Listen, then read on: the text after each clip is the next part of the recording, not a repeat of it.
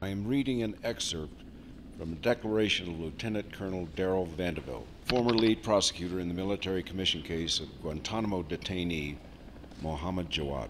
The records reflected 112 unexplained moves from cell to cell over a 2-week period. I lack the words to express the heart sickness I experienced when I came to understand the pointless, purely gratuitous mistreatment of Mr. Jawad by my fellow soldiers. Holding Mr. Jawad for 6 years with no resolution of his case, with no terminus in sight, is something beyond a travesty. We're reading an excerpted transcript of former CIA Director George Tenet's 60 Minutes appearance in April of 2007. I'm going to read from the sworn statement of an interpreter at the Kandahar detention facility in Afghanistan. I was handcuffed, blindfolded, and taken to a building where I was severely beaten. The detainee was almost unconscious on the floor with a pile of hair next to him. He had apparently been literally pulling his own hair out throughout the night.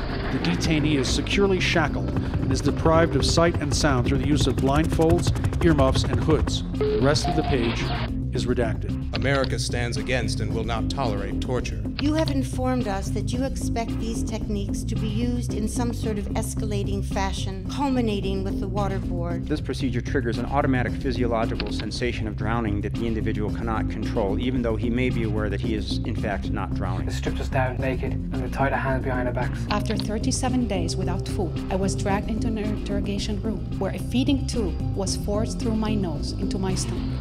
I was extremely ill. Lead played the call to prayer with a special alarm clock. Detainee was told, this is no longer the call to prayer. You are not allowed to pray.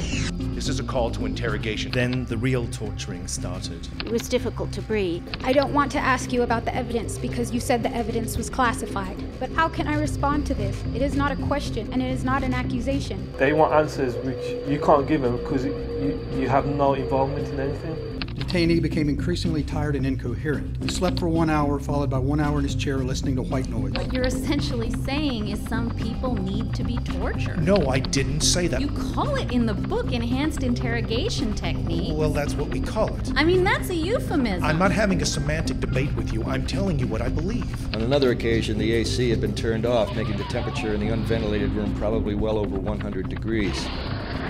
Anyone ever die in the interrogation program? No. You're sure of that? What, in the program that you and I are discussing? No.